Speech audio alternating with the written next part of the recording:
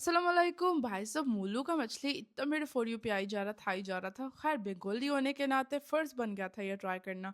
यहाँ पे रेडी हुआ, एटीएम आया, थोड़ा सा पैसा वैसा निकलवाया, और यहाँ पे सर्दी में ठर ठर के चीकू पीकू हो के छोटी मोटी गलियों से फाइनली मैं इनका दुकान पे पहुंचा। यहाँ पे इतना रश लगा हुआ था ना, इससे लग रहा था जैसे कोई फ्री का चीज़ बांटी जा रहा है।